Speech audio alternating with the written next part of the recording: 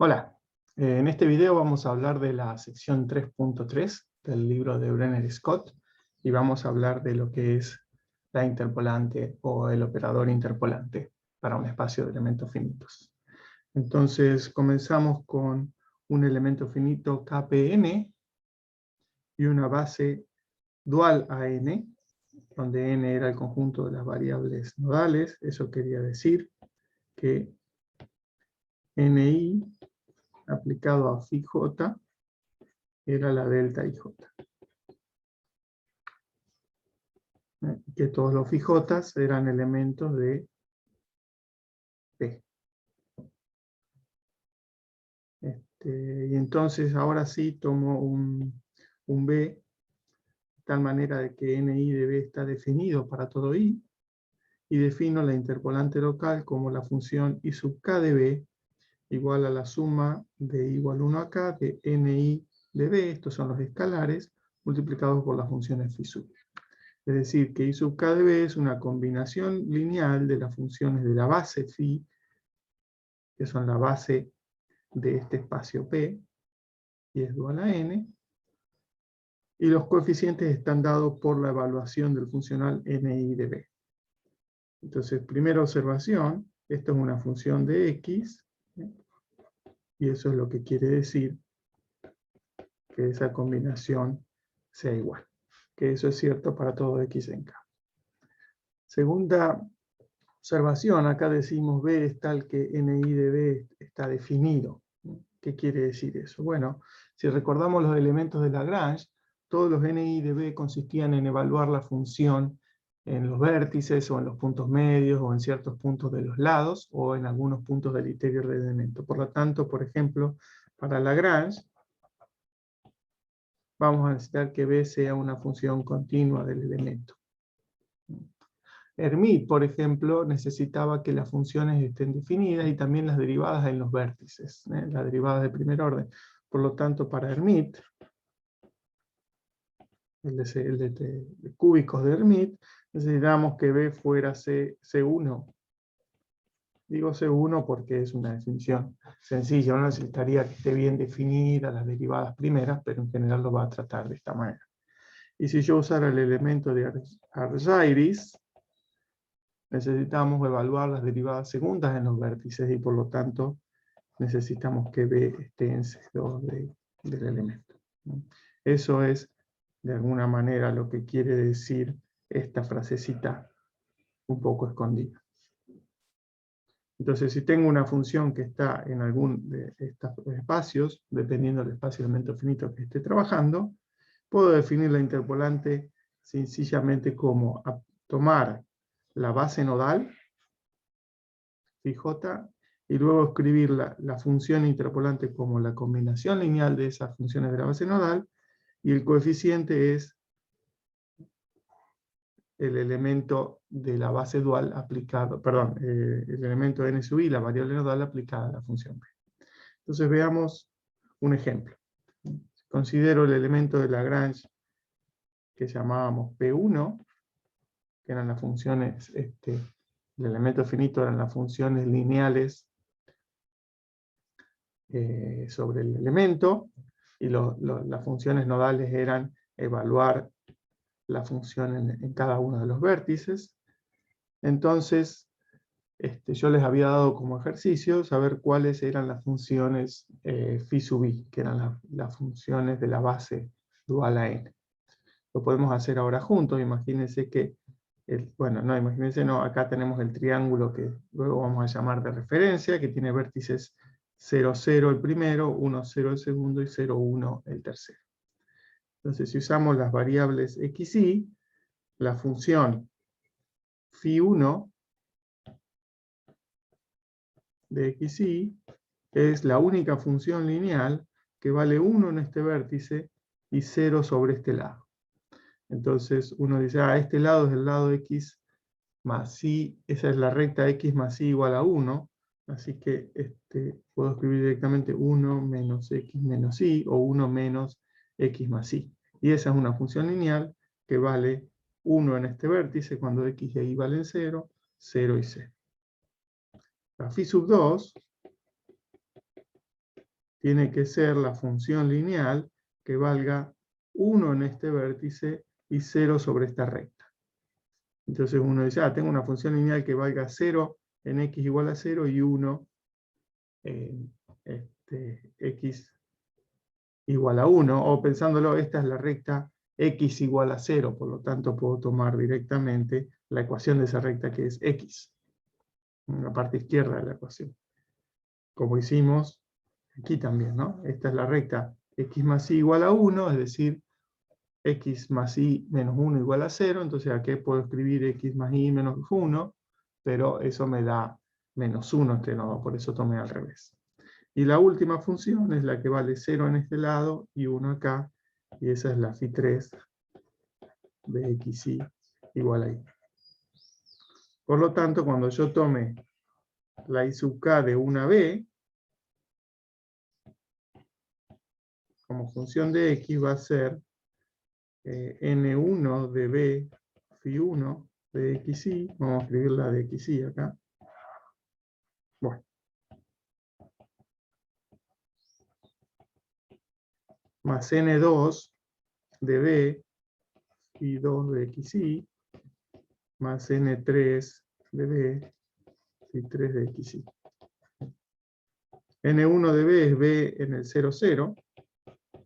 Phi 1 de xy es la función 1 menos x menos y, más n2 de b, que se evalúa la función en el 1, 0, por lo tanto es b en el 1, 0, y la phi 2 es x, y la n3 de b consiste en evaluar la b en el z3, que es el 0, 1, por lo tanto es b en 0, 1 por y. Esa es una fórmula concreta, pero la fórmula concreta casi pocas veces nos dice algo más de lo que ya sabíamos. Lo importante es que si yo pudiera graficar esto, a ver si me sale en 3 dimensiones, tengo el eje x, y, z, y tengo una función cuya gráfica es curva, una cosa así, lo que estoy haciendo es evaluarla en estos 3 puntos, entonces eso me va a dar esta altura acá, esta altura acá, y esta altura ahí, y luego estoy mirando su gráfica como la función que es lineal. Es decir que en esos vértices coincide con la función curva que teníamos, la b, pero la interpolada sobre el elemento de b es esa gráfica, esa función lineal que está ahí, o de grado 1. Muy bien. Yo estaba diciendo que la función y sub k es lineal, pero ahora pasamos a esta primera proposición que nos dice que I sub k es lineal. Acá tenemos que pensar que el I sub k es un operador que va de las funciones Cm del elemento k en G, el espacio S de elementos finitos. Donde este M será 0 para Lagrange, será 1 para Hermite, y será 2 para Argyris, por ejemplo, ¿no? Pero en general, cada elemento, dependiendo de su base, de sus variables nodales, está bien definido en algún C sub m, en alguno de estos. Entonces, en ese caso, lo que hay que ver es que este I sub k es un operador lineal. Y eso se los dejo como ejercicio para pensar. Lo otro interesante es ver que si yo le aplico la variable nodal a una interpolada de una f, me da lo mismo que la variable nodal aplicada a la f original. A ver, veamos cómo se puede demostrar esto. Si yo tengo I sub k de f, eso es, voy a dejar espacio acá, la suma en j, de 1 hasta acá, de n sub j de f por la función phi sub j. Esa es la definición de la interpolada. Y ahora le voy a aplicar n sub i a todo esto. N sub i a todo esto. Y eso es la suma en j de n sub i aplicado a nj de f phi sub j. Acá usé que n sub i, al ser variables nodales, eran elementos del dual de P, y esto es un elemento de P, perdón, eran elementos, sí, del dual de P, pero definidos, por ejemplo, las funciones en un conjunto más grande, que es este. Y al ser elementos del dual son lineales. Por lo tanto, este n sub i aplicado a una suma, en realidad es una combinación lineal de las funciones phi sub j, es, vamos a escribirlo mejor a esto, bueno, es esa suma que está ahí. Por lo tanto, esto es la suma de j igual 1 acá, de nj de f, por, ahora estoy sacando estas constantes afuera de la evaluación NI, por NI aplicado a phi sub j. Pero esto es delta IJ, porque la phi sub j es la base dual a n. Y entonces solamente nos queda de todos estos términos el término iésimo, es decir, ni de f. Y eso es lo que queríamos probar, que ni de ik de f era lo mismo que ni de f.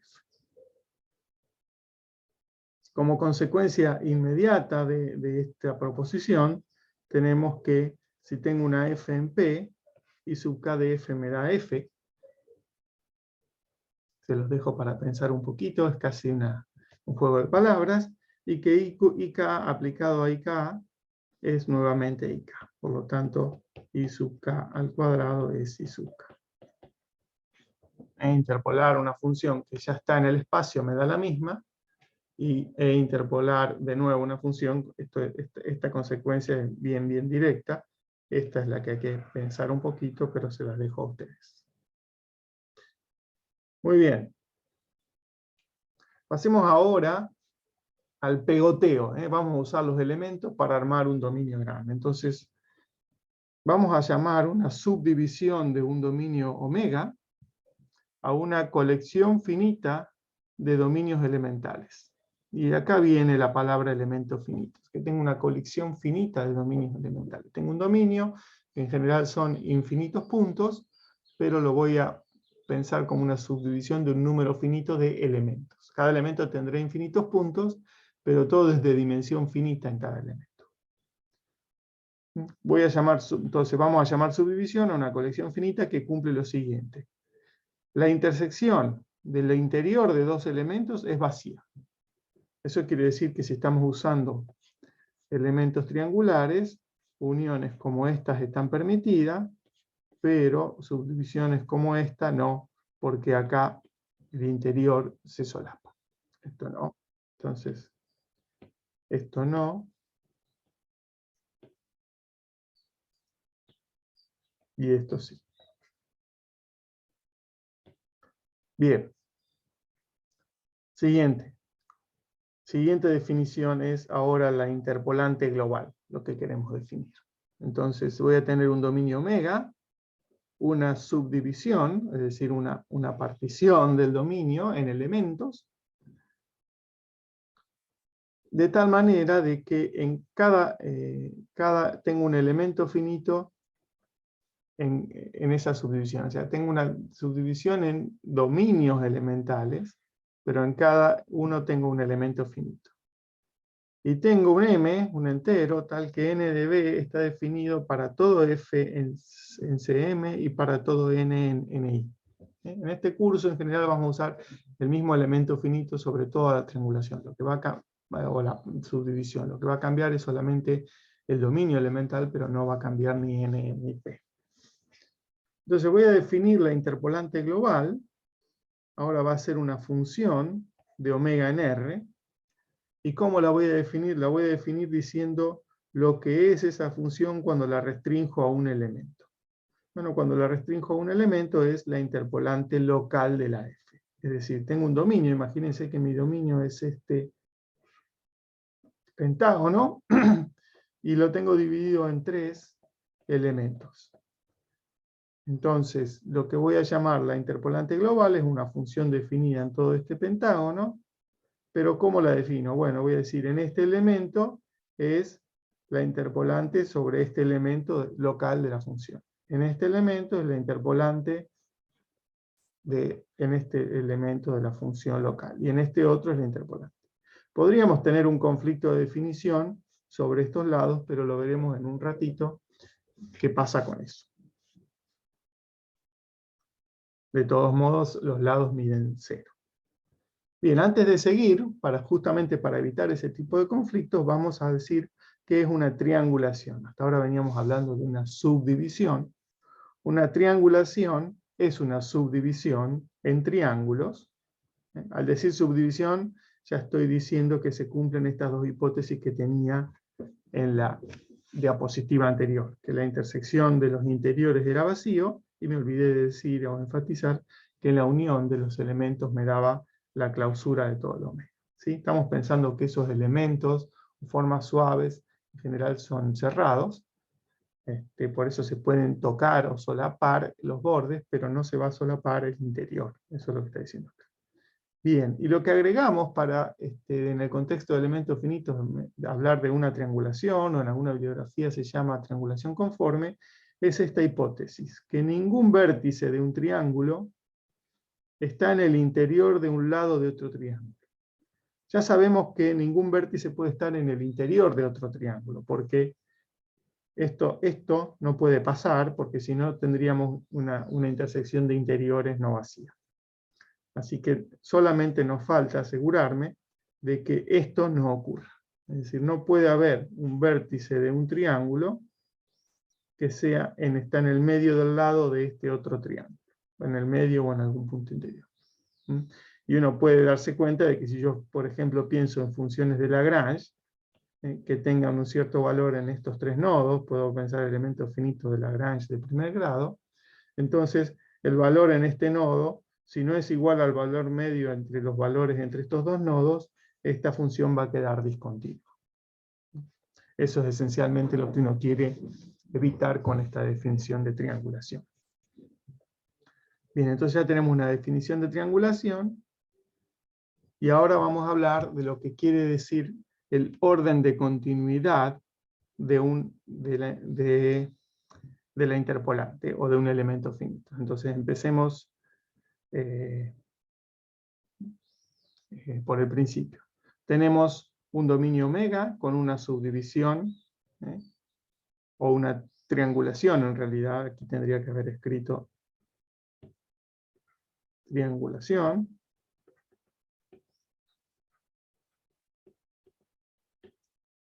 Y tengo una familia de elementos finitos, KI, PI, NI, es decir, que tengo una definición, una partición de omega en triángulos, que es una triangulación, y en cada triángulo tengo un elemento finito.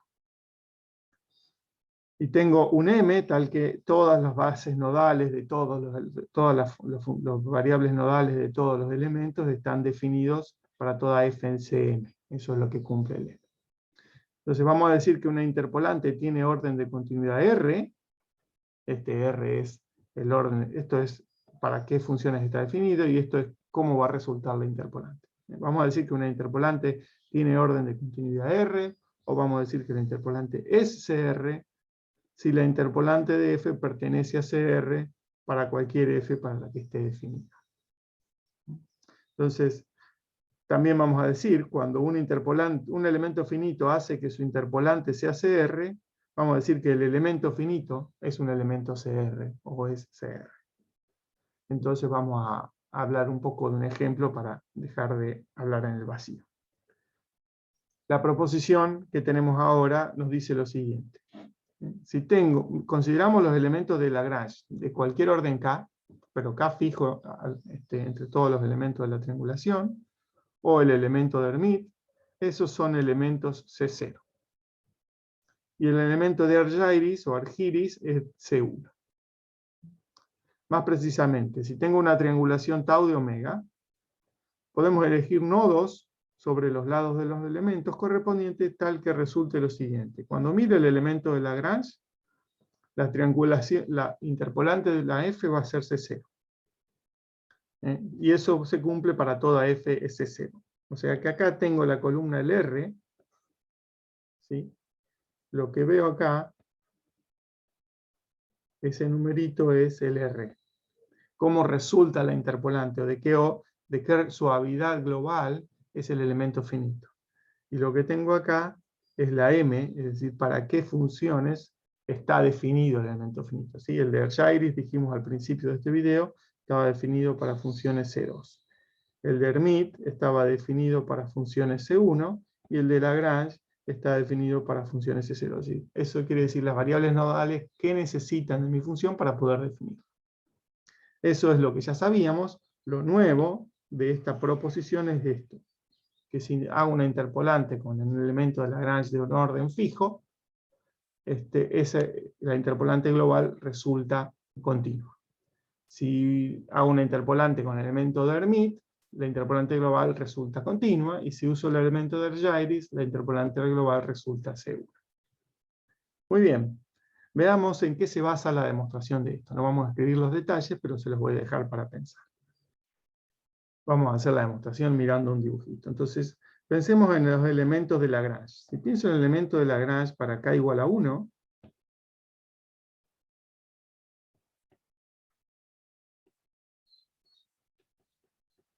tengo que mirar este dibujito que tengo acá. Las variables nodales están representadas con estos puntitos acá. Para k igual a 1, las variables nodales era evaluar la función en los vértices. Entonces, si yo tengo una función que es continua en el dominio, por ejemplo en la unión de todos los triangulitos, pero basta con mirar dos, resulta que está bien definida en este vértice y en este, y entonces la función,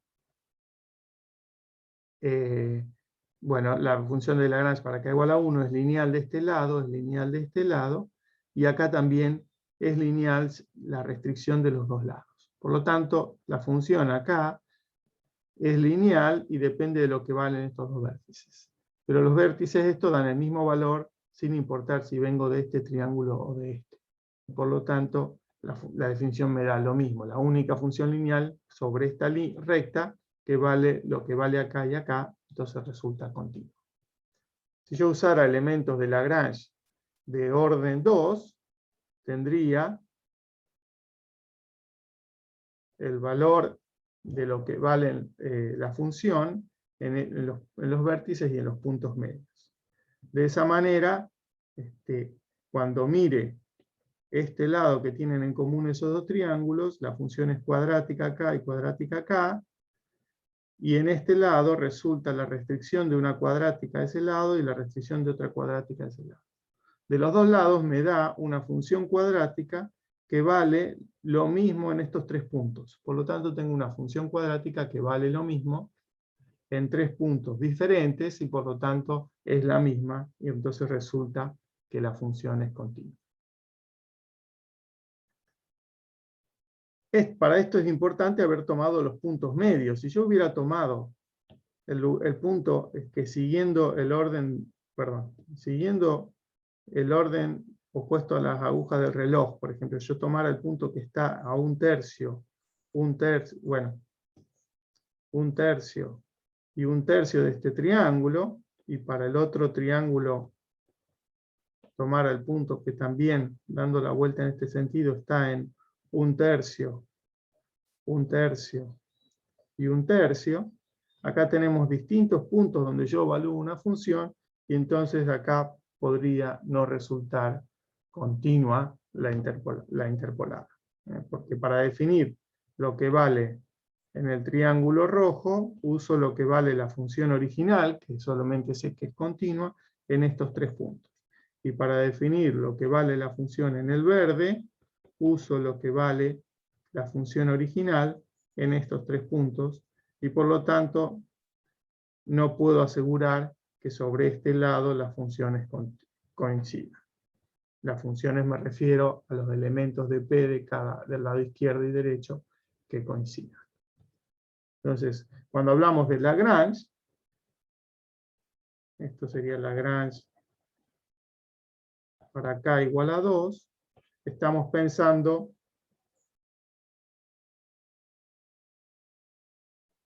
que tomamos el punto medio. Y para Lagrange, para k igual a 3, tomábamos los puntos equidistantes que eran a un tercio del origen de cada punto y un puntito acá. Y entonces resulta que estos dos puntos son los mismos, siempre que lo mire desde este lado o desde este lado, y por lo tanto acá da una función cúbica que coincide en 4 puntos y resulta continua. Cuando piense lo que vale en los nodos interiores no afecta a la continuidad de la función. Cuando pensemos en el elemento de Hermite, tengo en el elemento de Hermite el valor de la función y el valor de las dos derivadas primeras, o de gradiente, vamos a hacer acá. Este circulito quiere decir que conozco. En este punto tomo el valor de la derivada con respecto a x y con respecto a y, con respecto a x y con respecto a y. Eso implica que tengo una derivada direccional definida claramente por el valor de la derivada con respecto a x y con respecto a y, y lo mismo acá tengo una derivada direccional. Por lo tanto, cuando yo mire un polinomio de grado 3 por este lado, un polinomio de grado 3 por este lado, definido por esas variables nodales, va a resultar que en la intersección, por ambos lados tengo un polinomio de grado 3 definido por el valor en los vértices y por las derivadas direccionales en estas direcciones. Y hay un solo polinomio de grado menor o igual que 3 que tiene ese valor y esas derivadas direccionales. Por lo tanto, hay un solo polinomio y la función de Hermite resulta continua. Este es un caso en que necesitamos que la función sea C1 originalmente para que esté definida su interpolante y resulta C0 el resultado. ¿Sí? Ahora, cuando uso el elemento de Argidis, este es un poco más sofisticado, pero tengo definido el valor de la función, estos son polinomios P5, y tengo el valor de la función en los nodos, el valor de las derivadas primeras, es decir, la derivada direccional, y también la derivada segunda, es decir, la derivada segunda acá y acá. Y no solo eso, sino que tengo el valor de la derivada normal en el punto medio. Gracias a eso, todo eso, esta función no solamente resulta C0, sino que también resulta C1. La demostración puede ser un poquito más pesada, la vamos a dejar para que quien esté interesado la busque en internet y la lea o la mire en el libro. El elemento de Argidis resulta C1 gracias a todas estas restricciones. Muy bien, y me faltó decir que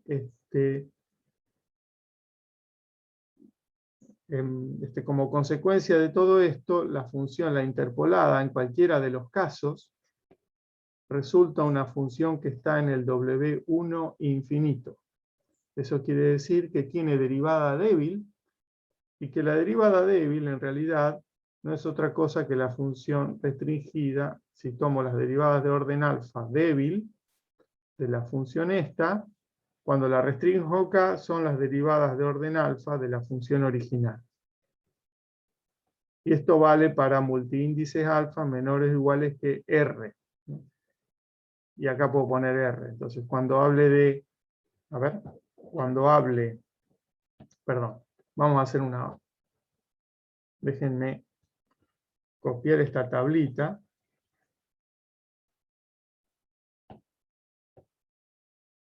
Y les voy a dejar para pensar a ustedes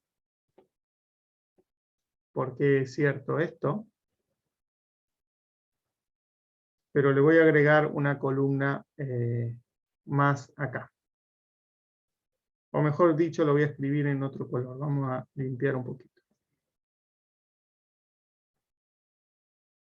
Ahí.